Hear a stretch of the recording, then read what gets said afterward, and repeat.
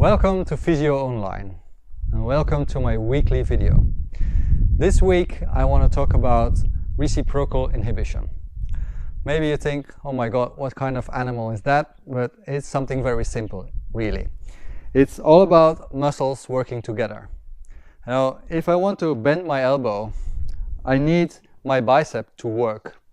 But if at the same time my triceps would be working also, I would only be able to hold it still, because then both muscles are active at the same time.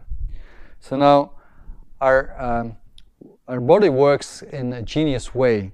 At the moment I start contracting my bicep, the tricep is releasing and making it able to become longer, so that movement is enabled.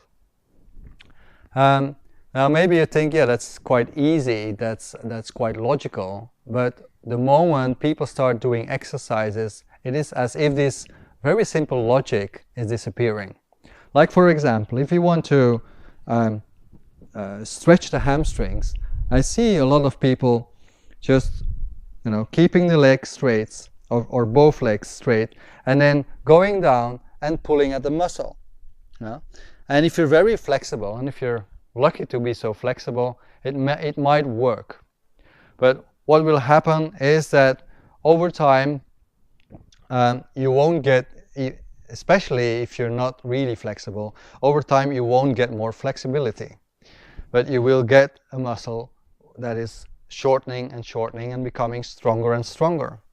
It's very easy. Look, if my bicep is contracted like this and I start to pull at it, so this hand is pushing down, wanting to straighten the elbow, the only reaction you'll get, if you try this at home, you'll feel it, is that the contraction of the bicep is intensifying. So that is an other reaction in the body. The moment you start to elongate a muscle beyond its comfortable length, it will try to contract, try to hold it, so that it's not lengthening. If a muscle is really, really strong, it will be able to let go and become really, really long. But before it is in that place, it needs time to release. And in order to release, it's much more easy to use the muscles lying on the opposite sides of the bone or the articulation.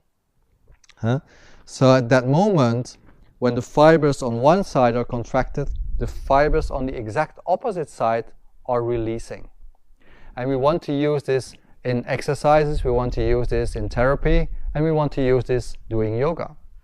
For example, my son has had his elbow broken and he is not able to straighten his elbow.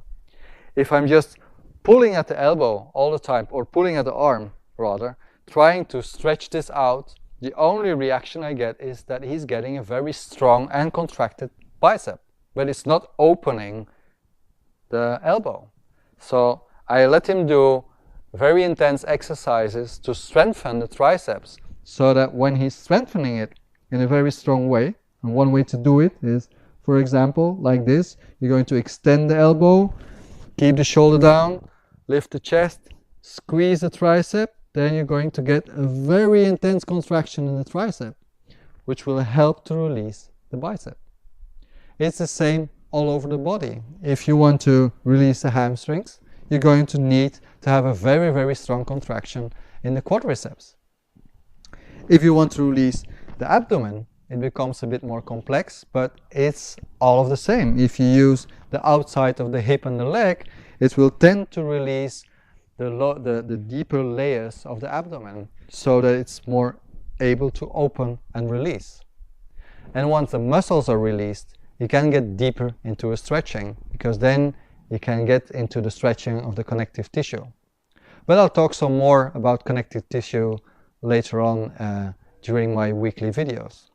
So that's it for now. I hope you enjoyed this little explanation, and that maybe when you're doing yoga or doing exercises, you can think about this and adapt your exercises.